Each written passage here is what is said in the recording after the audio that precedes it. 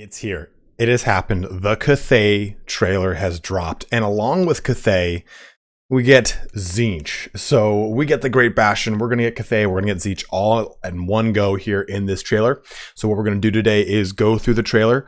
We're going to watch it together. I'm going to turn the volume down. I'll provide links to the FAQ that we're going to go over in a little bit, as well as the trailer. So you can watch those on at full blast if you so wish. And then we're going to break down the trailer, looking at certain parts of it and comparing it to Ruoyu and Kobol Yu's drawings for Cathay, and just have some fun because there's a lot to go into today and it's pretty sweet. So let's dive on in here to the trailer and let's have some fun here. I'm just going to go ahead and press play.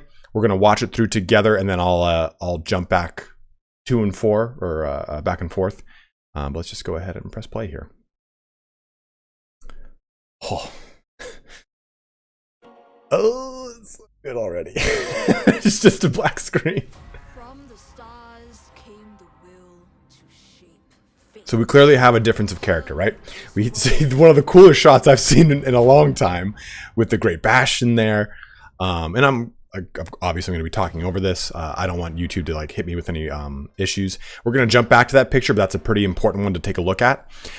We get some first vestiges of the Cathayan infantry. We get these massive terracotta titans.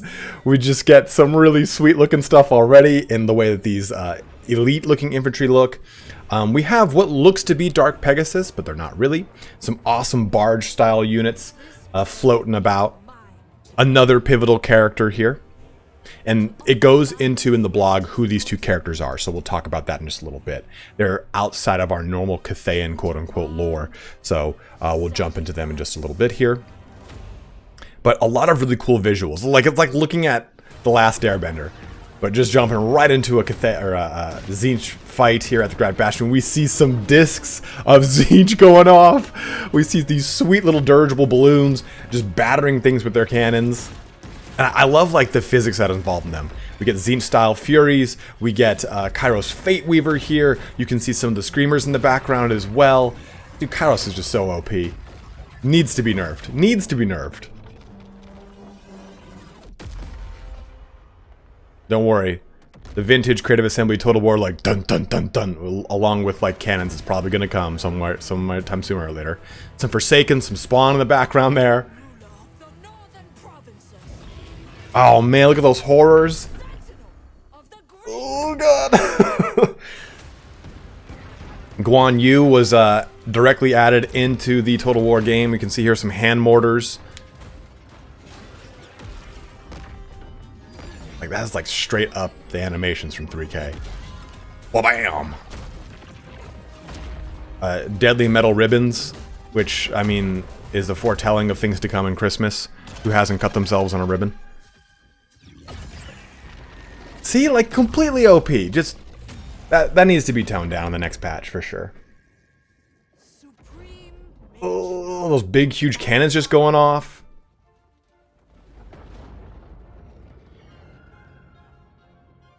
This is the next Matrix trilogy, or the next Matrix trailer, obviously, too. Oh. Kairos has a cool little helmet, and boom, boom, boom! We get a dragon sweeping in here. I swear, I need to go clean my balls because that was I'm a mess right now. I'm covered in myself. So let's just jump back to some portions of this trailer because there's so much to go into.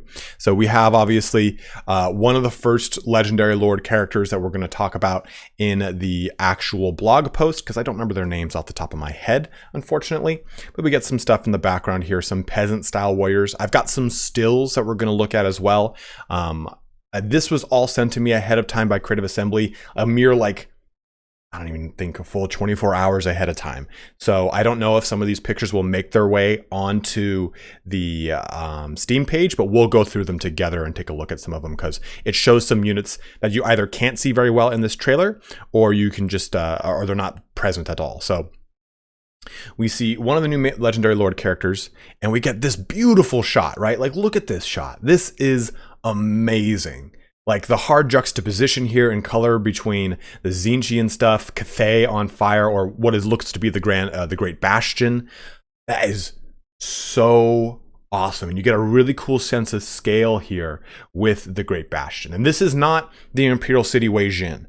That is also talked about in the blog post, and why the Dragon Emperor is not one of those legendary lords. So it actually has some good justification behind it, because I was originally like, this isn't the Dragon Emperor. This is not the Dragon Empress. Who are these folk? But we'll get into that in just a second. Again, you can see vestiges of what look to be Dark Pegasi, but they are not. We'll talk about them, the Qilin. So this is an exciting picture. And Indie Pride and I were talking about this as we were looking through the trailer together. And all of his ideas are wrong. Mine are all factual. That's a medical fact right there, if you don't know it. I mean, who even is Indie Pride? Smallest YouTube channel on YouTube. But taking a look here, this is clearly a shot that is not procured for a cinematic. This is clearly a shot that will be a siege you can do of some sort. You've got this massive causeway with bridges spanning over it. Look over here. You can see these walls, and obviously portions leading up to the walls with towers that are acting defensively, a big gate right here.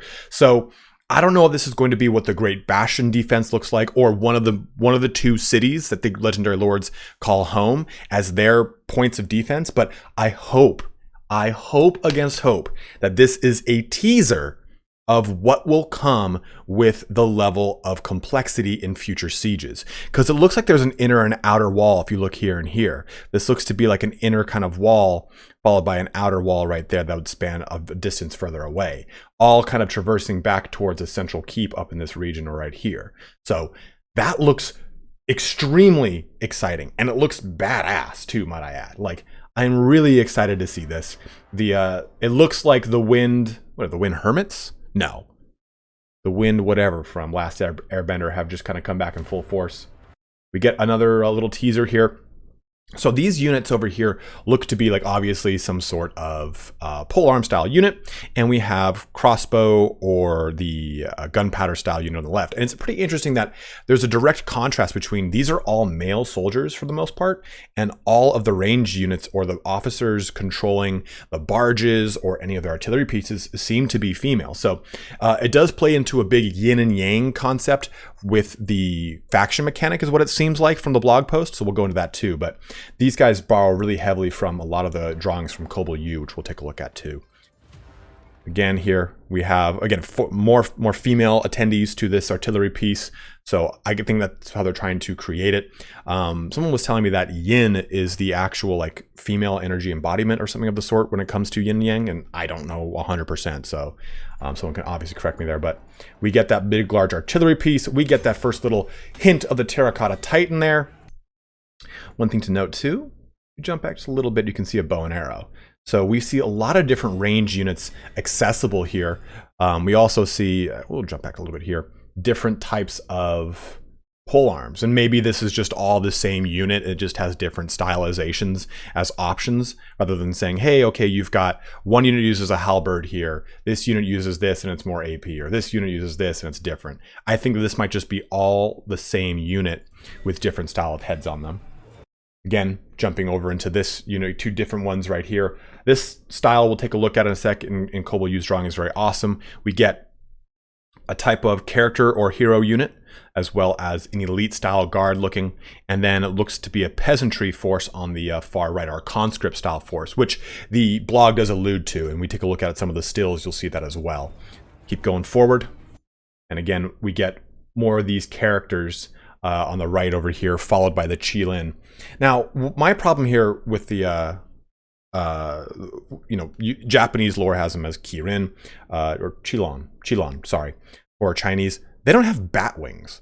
They're scaled horse-type creatures with fire breath and all these things, but don't have bat wings. So the design choice to go with bat wings was a little odd and jarring for me, but it is what it is.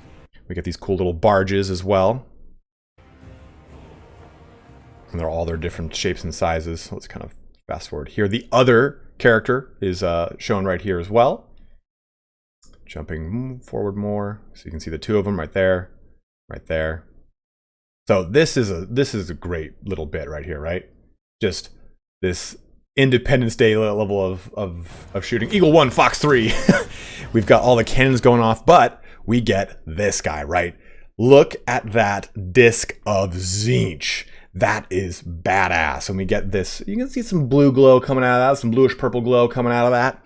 And those eye slits on the warriors on top of these. And lots of them too, quite a few, right? You can see the screamers jutting around here. You can see those Qilin as well. I'm just gonna jump a little far forward again. We get Kairos Fate Weaver, which has what's looked to be a new little headdress going on there. And the Furies, or what I think are Tzeentchian Furies, which look pretty muscular. We'll jump a little bit further again. I love this look right here. This like pouring out from the realm of Tzeentch, right? And you get a lot of that motif repeated in a lot of the art for Tzeentch, of these just really cool cascading Corsican blues, whites, and purples. It's a really, really awesome effect here. But jumping further forward, we can see these hand mortar units as well. So a lot of different range style units seems to be coming with Cathay. And here too, I think we see there's a little bit of that peasant force again, that conscript style force. And we get some spawn in the background. Looks to be maybe marauders right here, kind of charging through the front. And these guys animating, coming to life. Again, the same hand cannon mortar style of the units, which seem to be more of a short range, right? There's some Forsaken running in the foreground. Did I miss the horrors? There we go. There. Look at those things, dude. Look at those guys.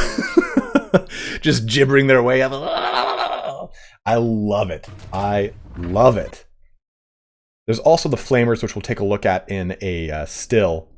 But you get this really cool use of magic. There's a exclusive lore magic that they get access to, Yin and Yang. So we'll take a look at that in the blog post here too. Anything I'm missing back there? No. No, it just looks like the typical stuff, typical fare.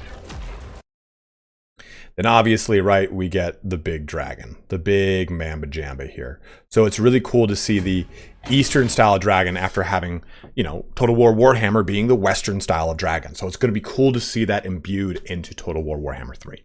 But now let's jump into some of the artwork from Kobo U just very quickly to kind of look at that before we look at the blog post. Again, just kind of quickly navigate to whatever portions of the video make the most sense for you guys. If you don't want to hear the other stuff, just go ahead and click ahead or watch it all. So let's just jump over here to Kobo U's drawings. So here we have one of the commander units, his Cathayan commander. But the big thing here is the horse he's on, the Kirin, the Qilin.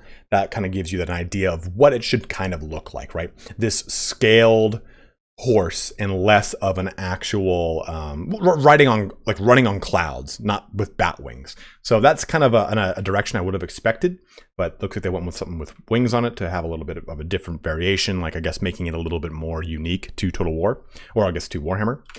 Here we have just a typical style of bow unit that we saw a little bit of in the trailer, at least in the background of some of those shots.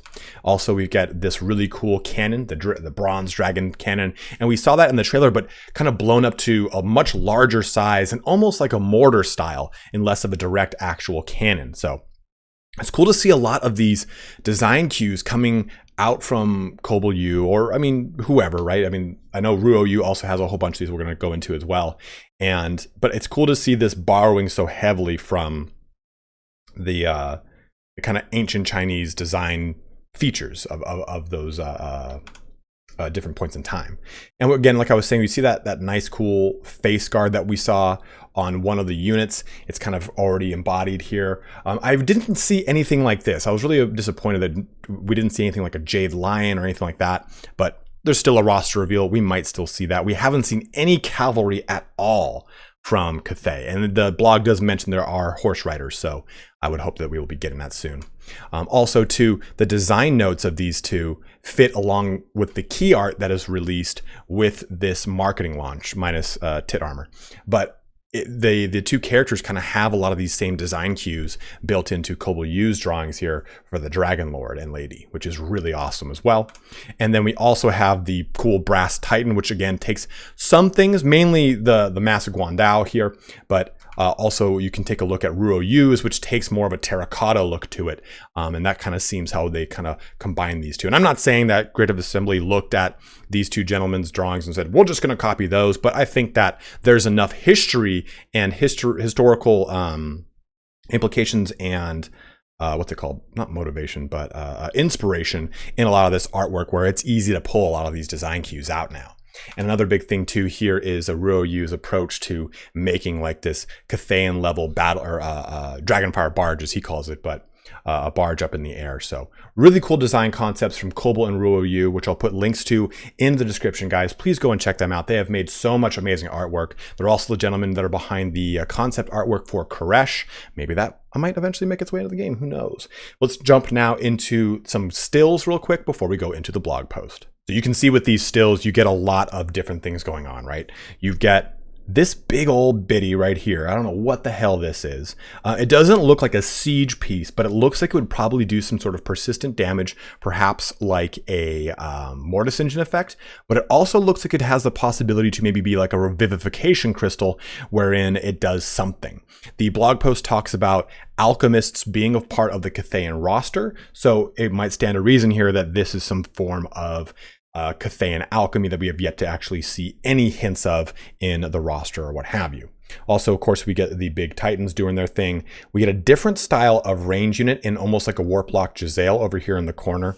We get some other units back here.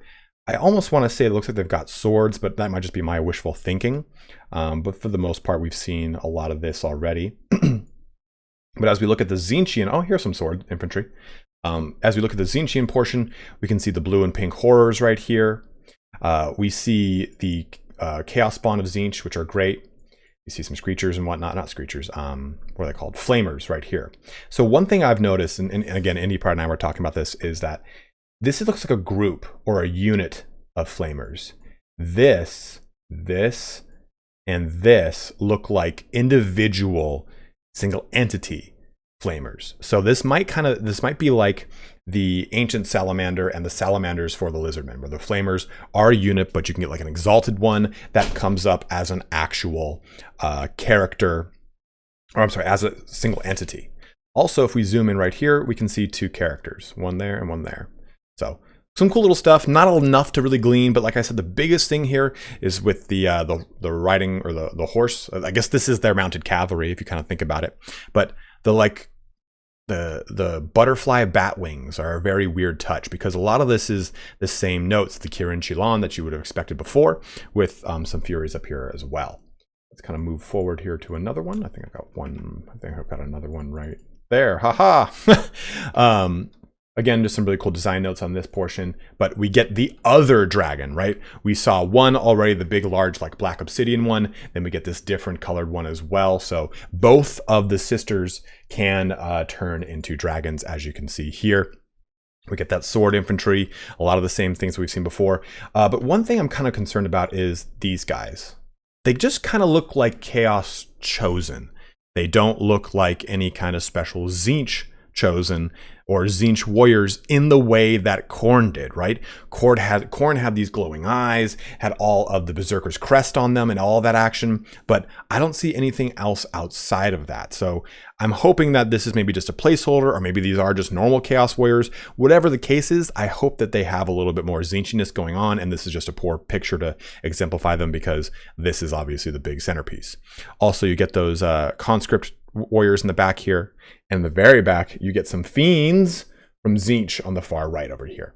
So that's all of our stills. Let's now jump on into our blog post. Okay, and here we go with the blog post, and it just pretty much opens up with a little bit of history about the land, right? Far beyond the mountains of the east, past the lands of the dwarfs, the snowfields of Kislev, and even beyond the ogre kingdoms lies this incredibly ancient and powerful land, overseen by the celestial dragon emperor and his wife, the moon empress, and ruled by their children. It is a mysterious land of incredible military might. Massive terracotta statues come to life to defend the great Bastion against the floods of chaos that come to Grand Cathay's doors. Dragon-blooded sorcerers wield the magic lores of yin and yang in harmony to blast enemies from the battlefield.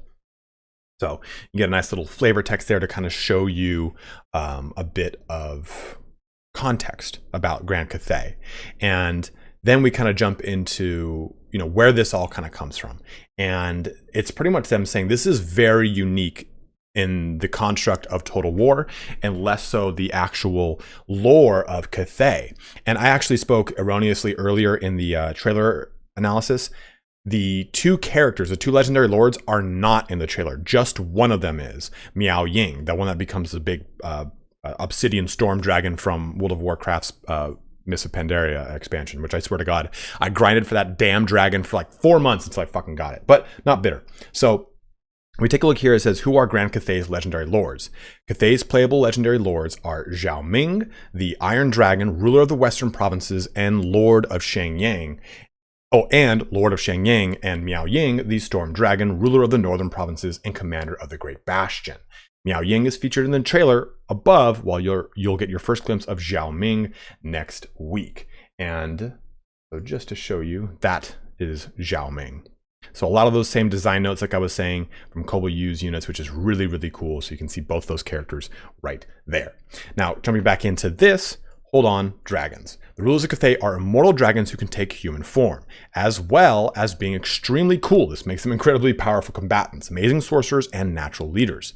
So we do know that we're going to be having shape-shifting characters, which is awesome. And this kind of brings in the portion of, what about the Celestial Dragon Emperor? You know, that's the legendary lord that a lot of us thought was coming, as well as the Monkey King Wukong and Dian Qing. No one's mentioned in that regard as far as Dian Qing or Wukong. And the important thing here is that kind of hides a portion of the roster in my mind. We haven't seen any mention of Jade Vampires. We haven't seen any mention of Monkey Warriors, Monkey King, or anything of the sort from the lore of those locations around the Monkey King, his grand mountain. I think it's called the Mountain of the Celestial Monkey. I can't remember. But either way, none of those units are really talked about or hinted at. But we do know a roster reveal is coming down the pipe. And hopefully as we get closer and closer to it, we'll find out more and more.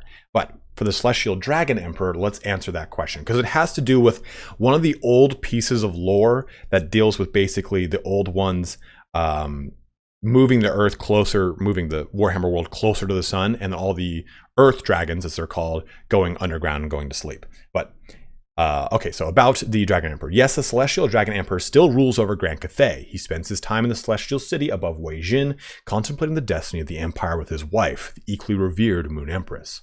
They are the true power couple of the Warhammer world, older than most of the gods, for they existed when the planet was colder before even the old ones came and pulled it closer to the sun. As they rarely leave the Celestial Court and their power level is frankly on par with most gods, we knew they were not the right candidates to be Cathay's legendary lords, in much the same way you're not actually playing and deploying Khorne or Nurgle to the battlefield. Instead, their children provide a much more interesting prospect of the game. They are still extremely powerful characters with compelling family dynamics, whether the siblings don't get along, but with all the responsibilities of ruling and protecting great swaths of Cathay. So I'm into it. I like the direction of choosing not to bring the Dragon Emperor and Empress onto the battlefield because they're just so strong, right? Like, it's like bringing Sigmar to the field all of a sudden, you're just going to smash things apart. I'm cool with that approach. But to me, a little bit when it comes to these unique legendary lords in Zhao Ming and Miao Ying, it kind of seems like, not a cop-out, but it kind of just seems you already have a lot of established characters in the lore. Tap into it. I feel like making these two kind of makes this almost like, well, what if we put 3K in Total War Warhammer? And I'm not saying the whole faction's going to play like that. I'm just saying, like, it's like they almost tried to create the 8 Princes power dynamic and struggle that was part of that DLC, which was not a great DLC, from 3K, and slap it on a Total War Warhammer because these two are at odd ends with each other. So I'm excited to see more about them and discover more about them, to be proved wrong, but at first glance, they don't seem as exciting as other prospects, which are way more fantastical and fit into an already existing lore continuum. So hopefully we'll find out more and more about that history, because they did say there's going to be a lore reveal next week. So how does Grand Cathay play? So basically what this tells us is that they have a lot of ranged and melee units, but they're very much more a defensive style army. So it seems like they're going to be playing very similar to dwarfs.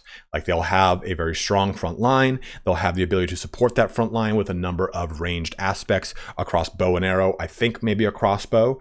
We clearly saw some short range mortar style units, and I would assume some sort of normal gunpowder units, as well as support from aerial bombardment in the little siege blimps, as well as cannon play. So they've got a lot of things to hold the line, and I think that's probably going to be what is their biggest ability, or I guess their strength, right? There's also this mention of yin and yang as far as a lore, whether or not that's the lore of yin, the lore of yang, or the lore of magic yin and yang.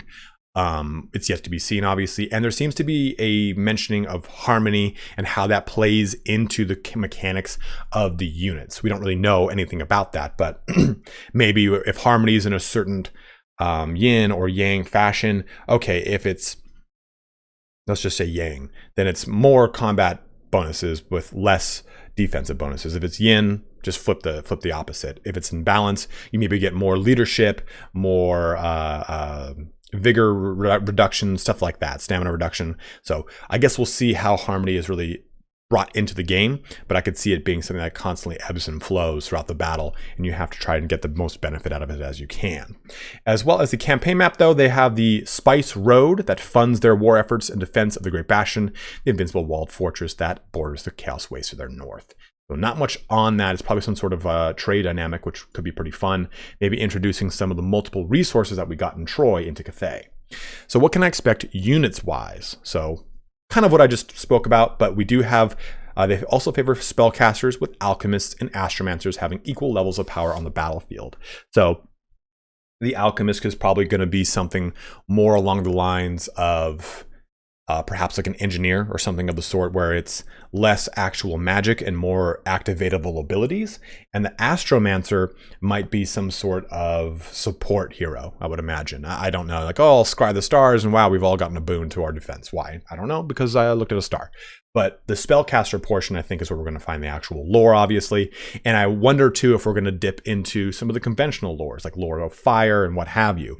The lore of heavens and fire are two that were used in Cathayan lore previously, so it wouldn't be that surprising. Also, the Terracotta Sentinels, big bad boys. Oh, there we go. Elite crossbowmen. Like, I know I saw something about crossbowmen. So back up there, elite crossbowmen, artillery piece, and war machines bring destruction to the battlefield. So you can see that that is there.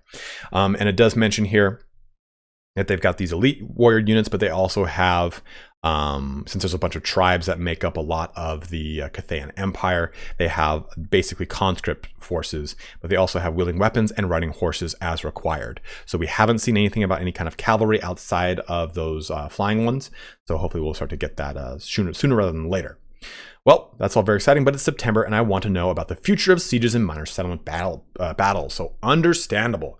As we go into details on the unique defenses of the Great Bastion that Grand Cathay can take part in, we'll also explain how sieges play in Total War Warhammer 3. Beyond that, well, you can probably guess from the trailer who gets the highlight once Grand Cathay have had their moment in the sun. It's Tzeentch. Welcome back to Warhammer 3. Grand Cathay is here, and they will stop at nothing to destroy the forces of Qianqi and protect their empire. We'll continue in earnest next week with a look at the lands, lore, and history of the mighty Eastern Empire. So be on the lookout next week. We'll dive into some of that lore and history as it comes our way. But you can see here, guys, there's a ton of information that was just dumped to us as far as being able to dissect that trailer for the next week. I'm sure there's going to be Reddit posts and forum posts all about it, like little obscure things that we probably missed on first pass. But go ahead and let me know in the comment section below if I missed something that you want to talk about, like, hey, you know, that's obviously this style of unit, or there's this thing right here at this like 14 seconds into the trailer, whatever it is. My big hype is finding out more about those sieges, especially after looking those first initial shots of that Cathayan city. I don't think that was the Great Bastion because it had the big floating rocks that was different from the initial shot. So I'm really excited to find out more and more and more about this. Finally, we're getting some sweet hot news. And like I said in my delay video, we better get some badass shit. And it looks like we're on the road to getting some badass shit. I really want to see more about Tzeentch. I want to see more about those warriors. I really want to see what Slaanesh is going to look like. Is Slaanesh going to borrow from the new brand, like awesome Age of Sigmar line of Slaanesh that has just updated looks and beautiful models? Or are we going to get the older ones that doesn't have as much variety to it? With us, Nurgle, how pestilent are we going to get? And I really want to know more about those siege battles. So hopefully, guys, we'll get more of that information as the days and weeks come. But as always, thank you so much for watching here today. Don't forget to like, comment, and/or subscribe. But have a good one and take care.